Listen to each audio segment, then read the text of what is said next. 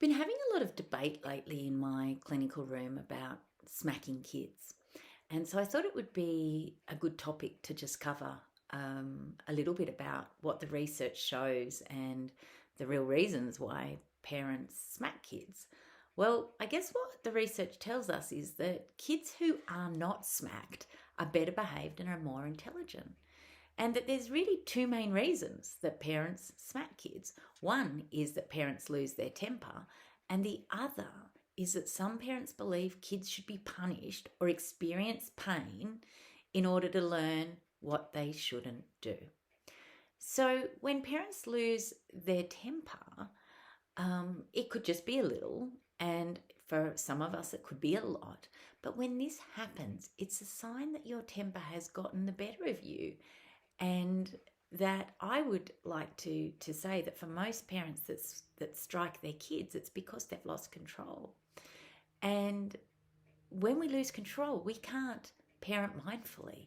Our ability to parent mindfully is really diminished, because when a parent is in control of their emotions, they've got a lot more control over their kids' behaviour. So it's about us staying calm as parents. And a good start is to take time out when your temper starts to boil. Go to another room, tell your child you're too angry and you need some time out. Put babies or toddlers in a safe place, such as in their cot. Stick earplugs in, or put your earphones on. You could also learn to bite your tongue before you add more fuel to the fire. There's many reasons why you might lose your temper with your kids, and getting out of the house in the morning, back chatting, lying, issues with food or what to wear. The list is endless. So really, I'd encourage you to pick your fights. We know parenting requires a huge dose of daily patience, so it's really important to manage your self-talk. And you can say to yourself over and over your mantra of, I'm patient, I can be patient with the kids.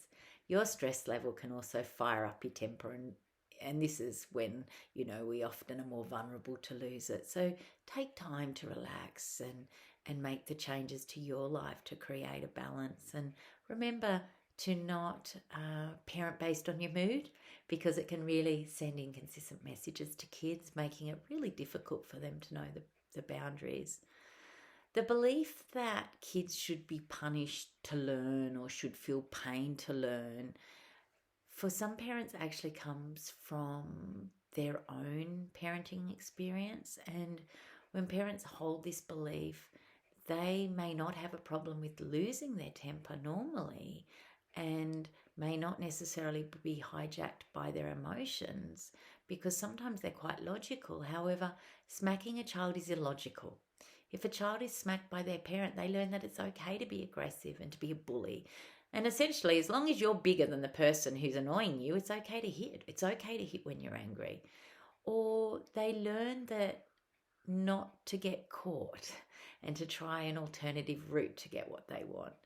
And this is not what we want for kids. We want to model really good ways of being in the world, and that what we know is the best way to solve problems and conflict is with clear, calm, compassionate communication, not with aggression. So there are better ways to get kids to follow the rules and to take on the values, and we don't want that value to be do as you're told. So some ways and some techniques that you might like to try to help you if you feel that your emotions boil over, is we could supervise kids more. We could use action and distraction when your child is doing the wrong thing. We could be more involved in their life to nurture their self-esteem. We could teach them what to do rather than not want to do. Help them with their social conscience. We can use repetition to teach them to use their manners or to behave considerately. And we want to model acknowledging feelings and problem solving and giving choice rather than smacking when we're angry. We want to give feedback, not put downs or criticism. We want to set up and follow through with consequences, which encourage a sense of accountability. For example, when you have finished your jobs for the week, then you can go out with your friend. We want to reward desirable behaviour with acknowledgement.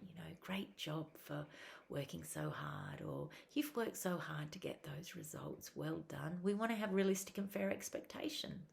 Oh, you've spilt your milk. Let's get a cloth and clean it up. We want to show empathy and love. Oh, I pranged my car when I was your age too. Do you want me to drive with you when you get your car back for the first time? That's an example of that. Children are learners, and they rely on us parents and the community to learn how to fit into society and what's the right way to behave.